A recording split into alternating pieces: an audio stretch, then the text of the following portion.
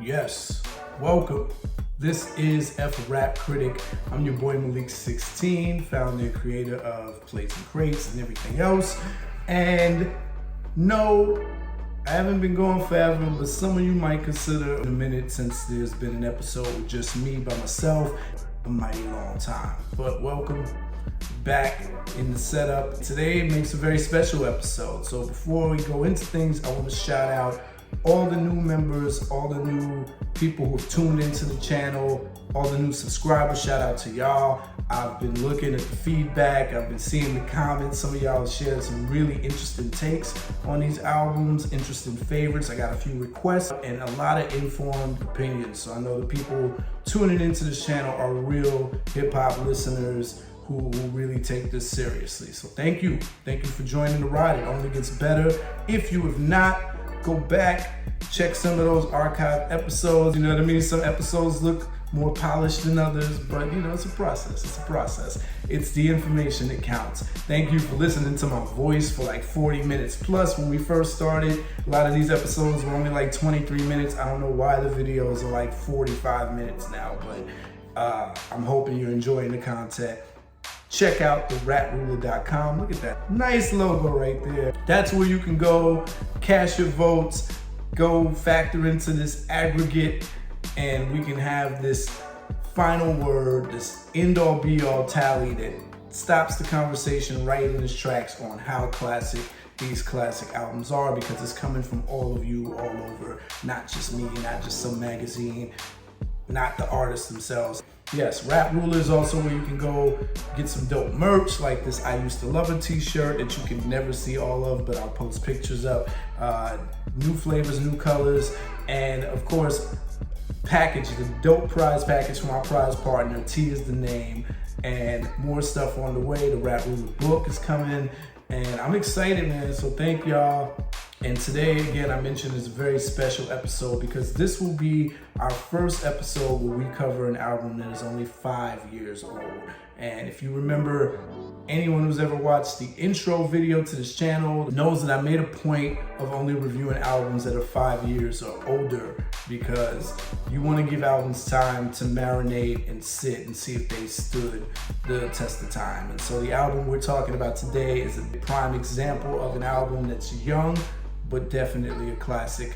And we're talking about none other than Forever Is a Mighty Long Time by Big K.R.I.T. Now, this is a double LP that was released in 2017, and I'm gonna treat this album the way I've been doing most double LPs. I'm only gonna do one disc at a time. Why? Because I am putting it out into the atmosphere when I do disc one today, that at some point in the near future, I'm going to interview the homie Big K.R.I.T himself to get him on here to talk about disc 2. I'm manifesting that and putting that out there. If y'all want to help make that happen, you know, plug me in. But yeah, I want to start this conversation with a very young classic, and we'll get into it. Y'all know what it is. It is category 1, where we go over the album, the product itself. And if you have not already, take a moment to like and subscribe to the channel. If you're already subscribed, tell a friend to tell a friend. Be like, hey man, this dude on YouTube be thinking he know a lot about hip hop. He be going in depth on these albums. You should peep this. There are timestamps in these videos. You can always skip ahead if you get tired of hearing my voice and you just want to get to the parts that you want to get to. Chapters coming soon. All right, with no further ado, let's jump into it. Dimension 1, quality of the production.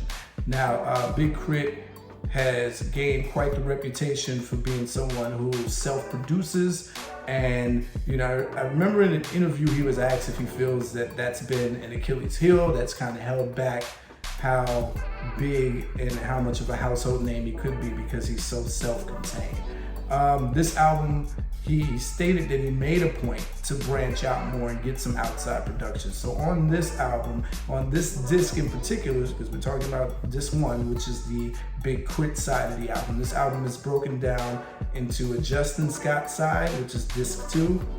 That's K.R.I.T's real name for y'all who are unfamiliar. And the Big K.R.I.T side, for those of you not familiar with what the acronym stands for, it's K.R.I.T, K.R.I.T, King Remembered in Time, right? So this is a persona that he created. We'll talk more about that as we go through this review. But anyway, on this side, the Big K.R.I.T side, disc 1, the production comes from K.R.I.T himself, as well as DJ Camper, DJ Khalil, Manny Fresh, and Southern legends Corey Mo and Organized Noise. So those are your producers on the album, right? And so the album starts off with Big K.R.I.T. That's the title. That's the intro.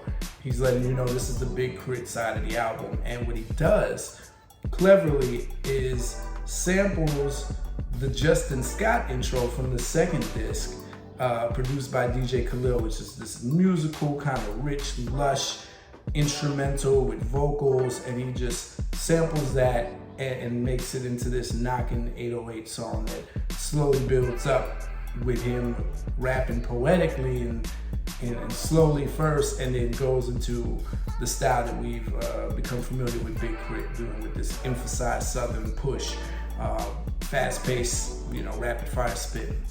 And from there we go into Confetti, produced by DJ Camper, which has that, timeless melody that is typically kind of, no pun intended, campy, right? It's doom, doom, doom, doom, doom, doom, doom, doom, doom, but he's made it into like this track beat. And then by the second movement, which is something that you're gonna hear all throughout this album, real production heads would appreciate this. Most of the songs have more than one movement, meaning that by the time you get to the middle of the song, the arrangement changes and it's like a whole different beat. Now this is something that 70s bands used to do all the time, and you'll see it in the titles of songs. Movements 1 and 2, or parts 1 and 2, all contained in the same song. Isley Brothers and other bands like that have tons of songs like that, because you have the long version or the version that we've become familiar with on radio, if the song was a single. So, this song, Confetti, by the time we get to the second verse, the whole beat changes, the drum pattern structure changes, the instrumentation changes to like this ringing eeriness that kind of just makes the point more serious. So you're gonna see that happen also with Subbenstein, which is the Manny Fresh production and a continuation of Big K.R.I.T's whole sub series, where he's rapping about the woofers and the sound system in his car, part of his Southern culture and kind of his shtick, right? But by the time we get to the bridge breakdown, it gets this whole R&B-ish, smooth out refrain that you didn't even know Manny Fresh could do, because you're so used to those, signature choppy 808s and claps. And so you have that, which Manny Fresh, I think, geniusly is able to tap into the nostalgia of his Cash Money production days, but still do something that doesn't sound outdated. It sounded like it fit right in with the rest of the knock of this album, and was era appropriate. But that switch over is like, oh man, what those transitions do for an album is keeps you up. Just when, songs hit their point, especially if we're talking about songs that still have 3 verses, just when you hit that point of, okay, I'm ready to go to the next song, it's like, oh, what's this? And if you're distracted, if you're just riding and whatever, then it has the effect of making you forget that you were listening to the same song. It's like, oh, it's a continuous flow, because there's not enough time for monotony to set in.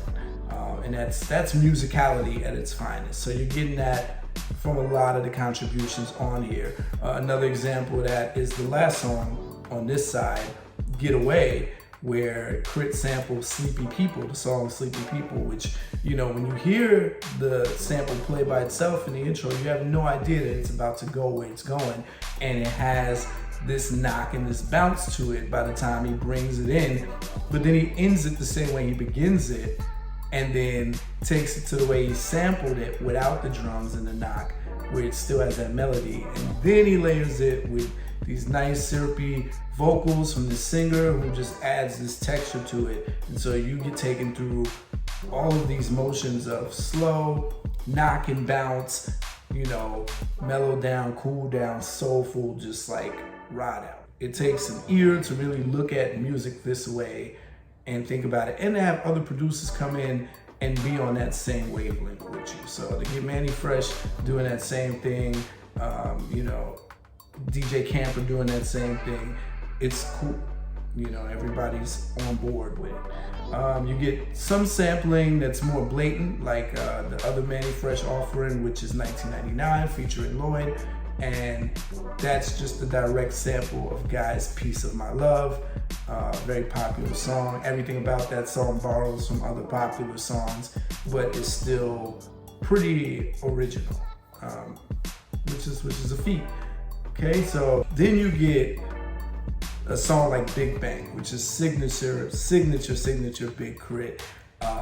Real fast paced with soulful sample, this like dizzying kind of track that samples this Willie Hutch. And anybody familiar with Willie Hutch music knows that Willie Hutch loved those kind of busy instruments in his soulfulness. So a lot of Willie Hutch's music sounds like the soundtrack to Pimp Stuff, just because that's kind of what we correlated to. Willie Hutch did the whole soundtrack to the Mac back in the day, and a lot of people have sampled this stuff for pimp themed songs. But you hear those violins, you hear those strings, and then of course K.R.I.T speeded it up to the max for a song like Big Bang with that subwoofer knock and big drums and bass, right? So you get the song Big Bang, which is the most energetic song on the entire album, and it's signature K.R.I.T.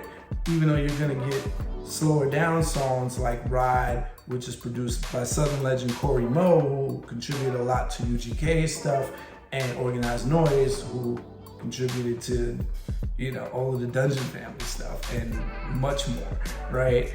And so Layup, being the smoothest song on here, is just a deviation from, if they were ever like opposites, you're gonna get a song like Big Bang and you're gonna get a song like Layup, and these showcase the range of K.R.I.T's production, because K.R.I.T can take you from that high energy to that low mellow, because what K.R.I.T is doing here is representing all aspects of South.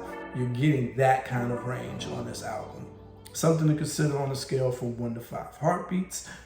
Dimension 2, the cohesiveness of the production. So the question is, you got all these contributors, you got some legendary producers, you got some newer producers. How does it all go together? Well, I mentioned how everyone seems to be on the same accord, either through K.R.I.T's direction and arrangement, or just by being with a like-minded team who want the same end result. And a lot of times, artists play producers other songs on the album, and it helps them figure out what they're going to contribute. So that may have all been the case here, but the fact of the matter, we talked about those different producers having those songs that have transitions and different movements. Not only that, but every contribution here seems to blend with each other. So while K.R.I.T is showing his range, you got songs like Getaway, Layup, and Big Bang that he produced. DJ Khalil's offering aux chord is just as soulful as those three without a direct sample. What's also being used here is a lot of live instrumentation. You're getting funk guitar, you're getting horns, you're getting live piano, you're getting these sounds in there on top of this knock. And the knock is evident in all of the mid to up tempo songs. The slower songs don't have the knock because they're going for more dramatic arrangement, but still with this level of soul that's so organic. A lot of people try to do manufactured soul, and I think something that K.R.I.T taps into so well on this album is that the soul seems organic. When you hear Layup, it's hard to even pinpoint what the instruments are, but it just glides. It's a gliding kind of song. And then aux chord has these beautiful sounds in it, but keeps a pace that's consistent with the songs that it's sandwiched between.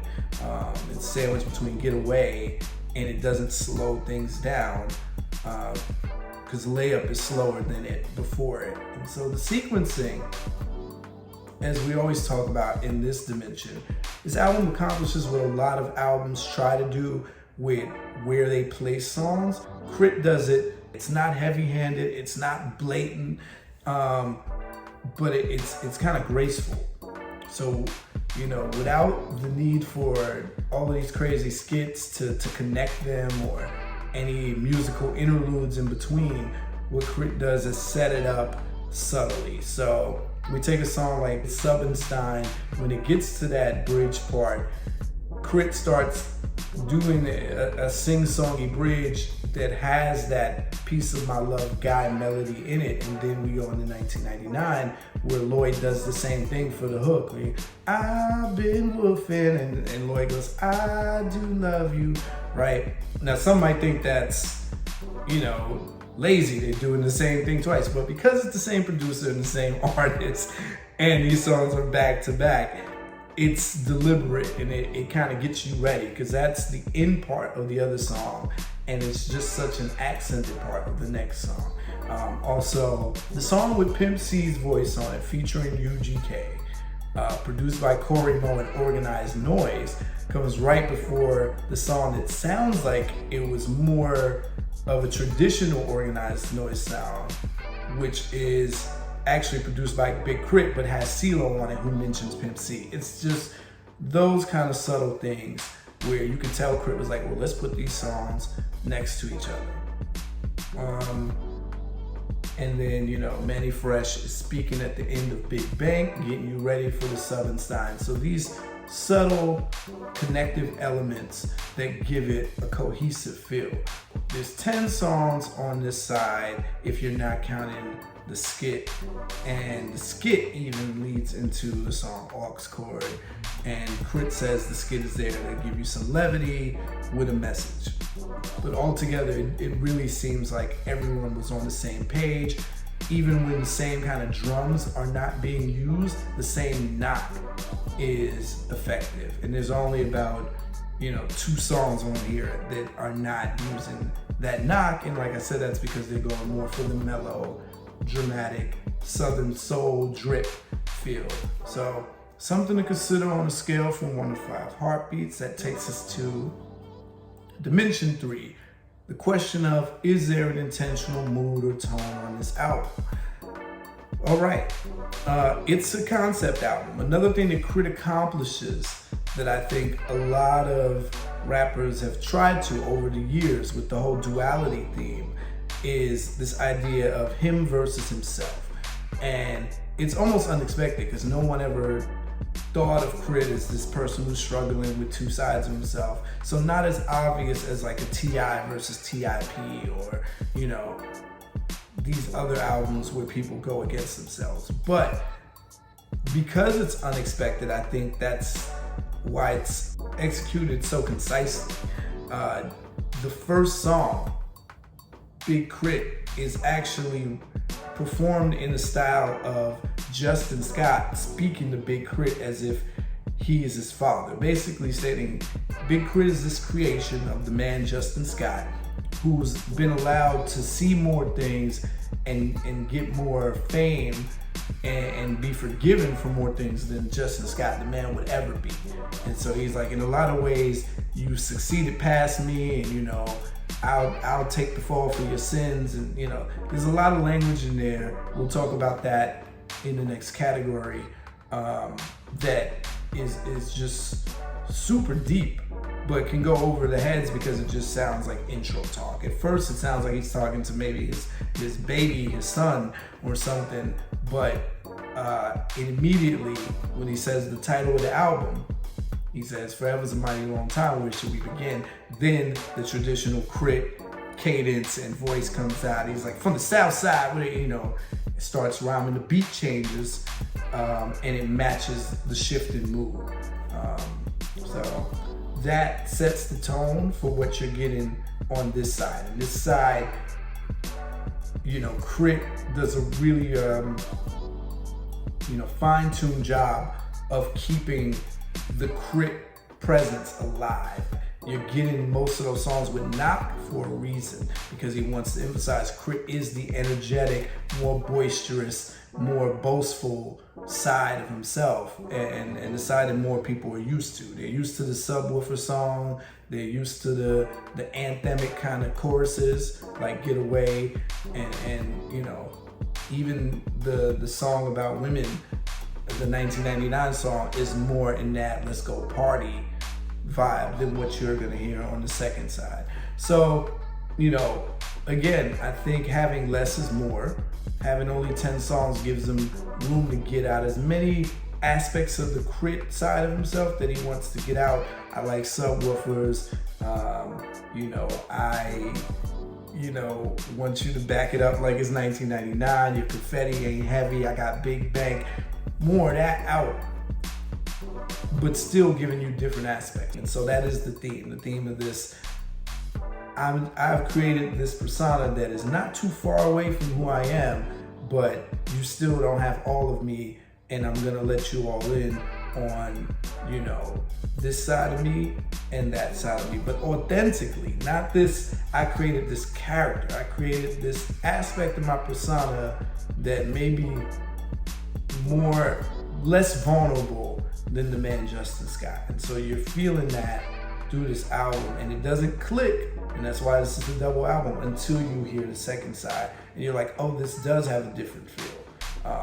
Here is giving the fans who have listened to, the preceding albums, more of that at first. So it's the medicine in the candy, or the candy in the medicine kind of thing. And it seems to be well executed, but I'd love to hear what you all think on a scale from 1 to 5 heartbeats. That takes us to dimension 4. The question of repetition versus song distinction.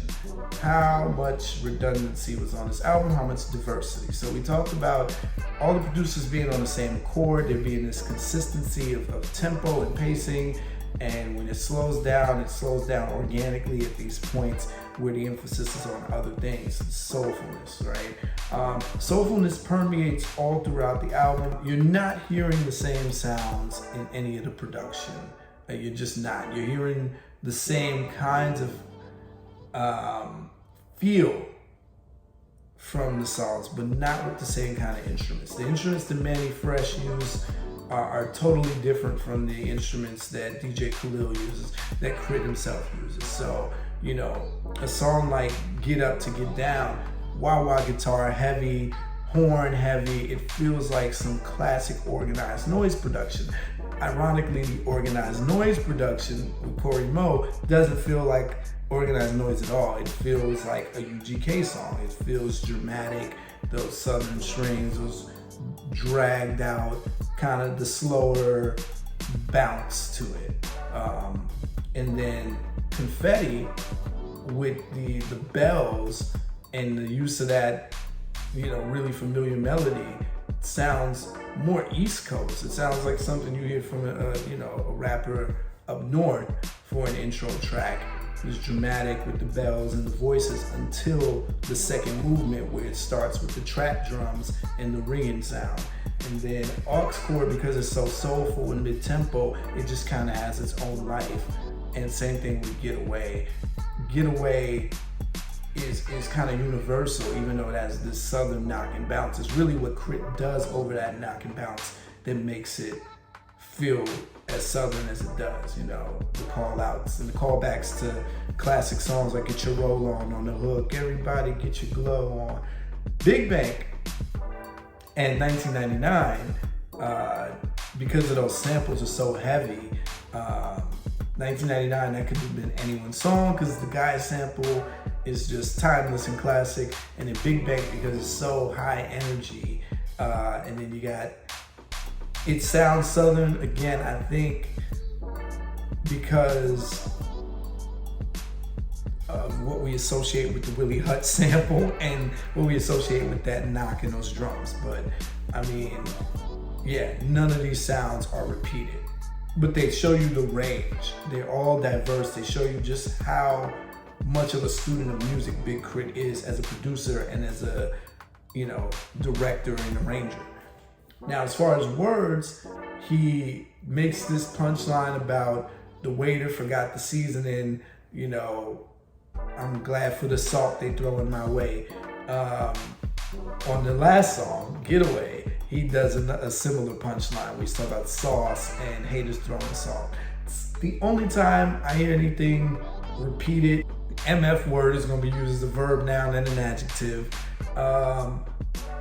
He's going to mention the South.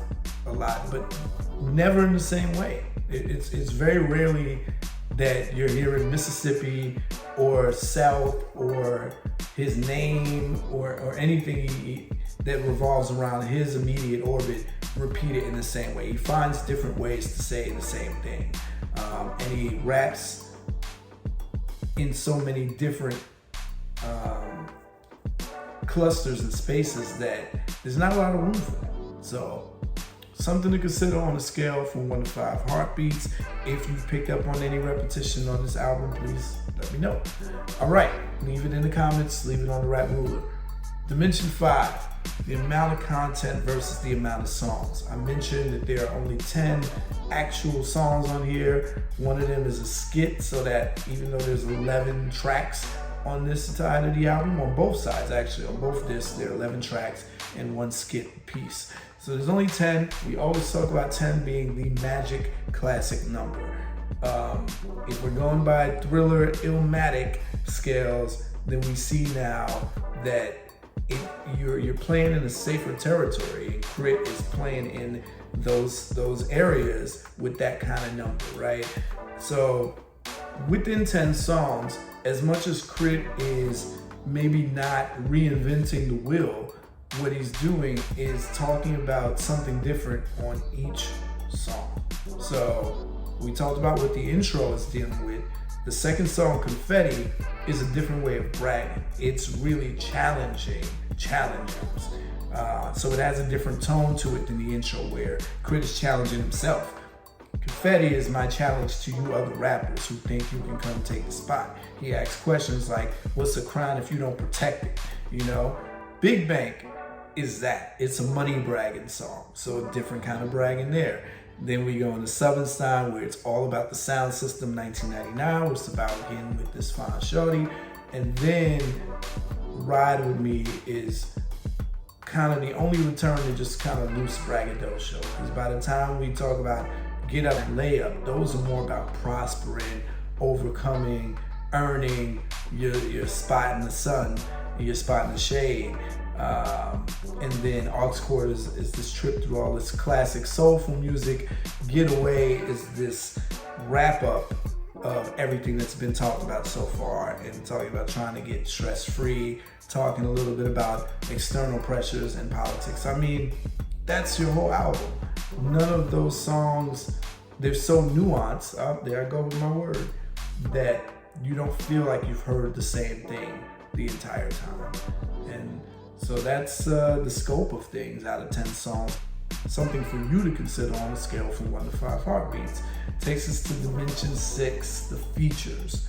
Yes, so you have a few vocalists doing background singing that add a lot to these songs, and I want to make sure they get their credit. I'll put their names on the screen, because on songs like Aux Chord and Getaway, they really round the song out. And I think K.R.I.T, a lot of rappers don't know how to do this, how to find the right vocalist to match the mood they're trying to capture for songs, and when to rein them in. Some people let their vocalists go all over their track, ad-lib all over it, ruins it. You're like, shut up. I think, finding the right singer that matches the tone, is on key, and gives you just enough of an accent for a song is crucial if they're not going to be a featured singer. Now, as far as your feature collaborators on songs on this album, you got T.I. on Big Bank, you got Manny Fresh, who makes his voice present on most of his production, so you gotta count him. He's in the background on Southernstein going boom, bip, boom, boom, boom, bip. He's doing his ladies and gentlemen thing. And then you got Lloyd, you got Bun B. Pimp C is credited because his voice is on the track. You got CeeLo. And those are your features on this side, which is disc 1. And this is all a testament to how much K.R.I.T loves the South. K.R.I.T has come out on most of his early songs doing dedication songs to the South and the legends of the South. This album was his way of having a lot of those legends on with him that he's already collaborated with in the past. But it's like, I want you on my album on these specific songs. And, you're getting this homage feel. Hey, these are the people I think are great. I want to show you that I can be great next to them. And in a lot of cases, K.R.I.T outshines the people who are featured with him. Bun B does traditional Bun B stuff on the song Ride With Me. Pimp C's voice is just featured on there, so it's not like Pimp C has a verse and K.R.I.T is out there trying to rap, his life away, while Bun B is doing, a traditional standard Bun B verse. So it might give the impression that K.R.I.T outshined him. But I think when you listen to this album, you don't get the feeling that these are songs where one is trying to best the other anyway. These are not those kinds of songs, and it's not that kind of mood. And so it just feels like you get the homage presence. It's like, I'm just so glad to have these legends on. These legends are a nice break from all K.R.I.T, and they do what they're supposed to do. And so you could say the same about CeeLo's verse. CeeLo is not doing any of what CeeLo usually does on features, where he just goes in his rapping, flow bag. CeeLo keeps it very steady. It's almost one of the most basic flows that you've heard CeeLo do as a feature, and he doesn't really deviate. He doesn't pick up the pace. He doesn't switch up too much. He's not doing any clever, lines like that. He's there. He delivers CeeLo for the sake of it, feeling like, okay, I got, this Dungeon Family connect, I got this UGK connect. T.I. is the only one that seems like this is bar for bar, we're gonna keep up with each other. So T.I. is rapping at a similar pace to K.R.I.T, he's slipping in clever lines. He's still not doing a lot of punchlines, but he's talking slick on the song and sounds like he wants to attack the beat as equally as K.R.I.T. Other than that, Lloyd gets a whole verse. This is not just Lloyd showing up to do a hook. Lloyd does a verse, gets a little raunchy, but gives you what you want from Lloyd as far as the contrast and the vocal tone that he has and the appeal. And this wound up being one of the more appealing songs because of Lloyd being on it. And of course, like I said, the callback to all of those other classic songs like Piece of My Love and Back That Ass Up by Juvenile. So hard to lose with that. And those are your features. So something for you to consider on a scale from 1 to 5 heartbeats, whether they helped the album or hurt them. 5 being, these were great features. They did what they needed to do. They gave just the right additional flavor to the album. 1 being, they were whack, K.R.I.T got them and he didn't need them. All right, which takes us to dimension 7. The weakest song on the album, or do the weakest songs bring the album down? It's debatable, always up to you what you consider to be the weakest song. Some might consider the Lloyd feature to be weak because it's so interpolative of other songs and doesn't feel that special because it's a big sample. Some might consider Layup the weakest song because it's so slow and more of a laid back song. Ride With Me seems to be maybe the most unfocused song and kind of the most non-original, just nothing new being introduced through the sound of it. So easy to get. It has 3 verses, the beat doesn't change up, and that might be considered the weakest song. Aux chord, if you don't feel like getting a musical history lesson, you might consider that the weakest song. So something to consider on a scale from 1 to 5 heartbeats. I'm always interested in learning what you think is the weakest song on an album. Dimension 8, mass appeal. So, was this album gonna have legs? Did K.R.I.T achieve a new marking point in his career where he could reach a broader audience than the previous albums? Now, K.R.I.T was on Def Jam prior to this, so he had the machine. I think he was also affiliated with Cinematic Music Group, and he had the machine behind him, but it's still not reached a lot of the levels of his contemporaries at this point. And this was a big movement. It was a big awakening album for K.R.I.T. He wanted to make a statement with this, similar to what J. Cole did with 2014 Forest Hills Drive. This was him going into more of his melodic bag, more of his vulnerability bag, more soulfulness. But the difference here is that K.R.I.T. was branching out. He wanted to have the features. He wanted to have the outside production, hoping that it would pay off with a little bit more recognition. He talks about that a little more on the second side of the album, like being somewhere in between caring and not caring what people were telling him to do to get bigger, and being comfortable with having the fan base that he has, but just wanting to be true to himself. And so this album, I think, another thing that gets executed well is that it doesn't sound like anything gets spared or sacrificed to do this. A lot of times we see self-contained producers branch out to work with other people in a try-hard kind of way, and it feels like I'm doing this for the look.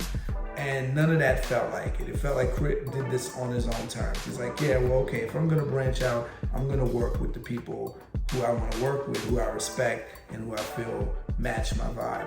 To go seek out Mannie Fresh in 2017 is not something I think a label would push, because people are looking for the young, new, hot producer, and Mannie Fresh wouldn't be on the register for a lot of people. Like, oh, you gotta get a beat from him in 2017. So you can tell that's a K.R.I.T. move, out of respect and out of matching, right? And it worked. I think, 1999 was a moderate single that got decent recognition for K.R.I.T. I think Big Bank wound up being a bigger single than people expected, because it got a lot of attention because it's just this fast-paced song with T.I.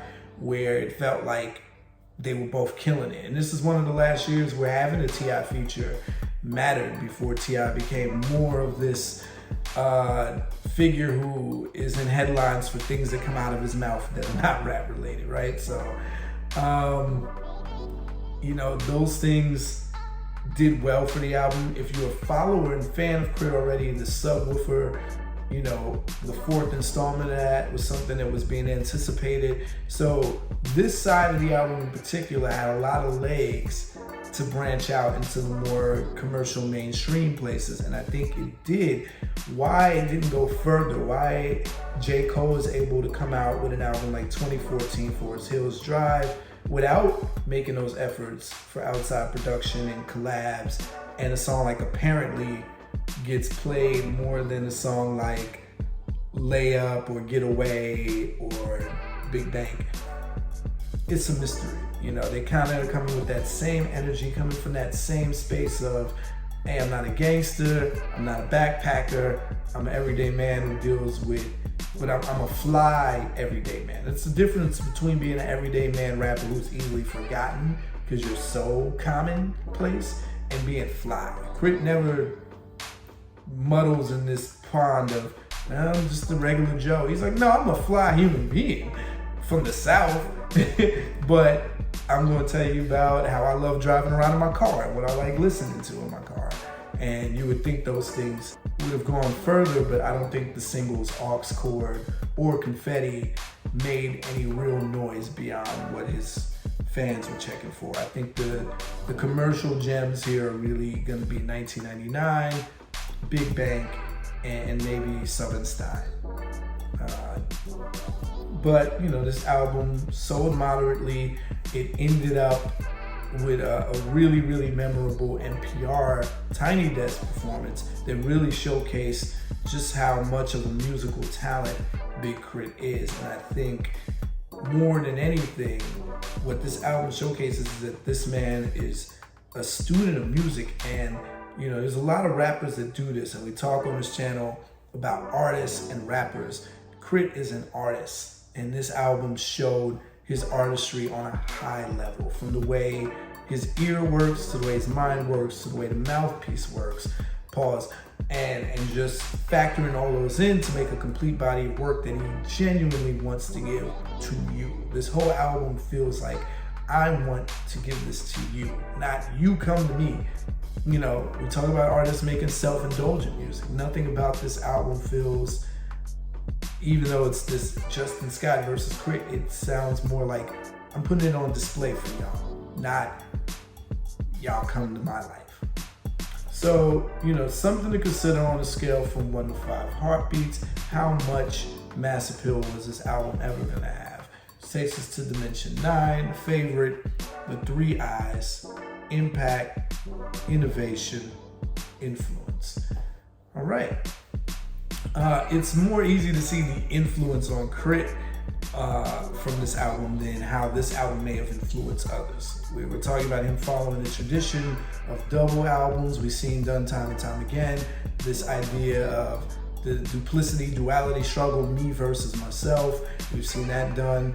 Him paying homage to all the Southern legends that he had on the album through features and production, but not sure how many rappers or how many things in hip-hop he influenced after this. I do think that NPR Tiny Desk performance, which coincided with the release of this album a few months after, was a big push, almost similar to how T-Pain's performance on Tiny Desk made a lot of people aware that he could actually sing without the use of auto-tune.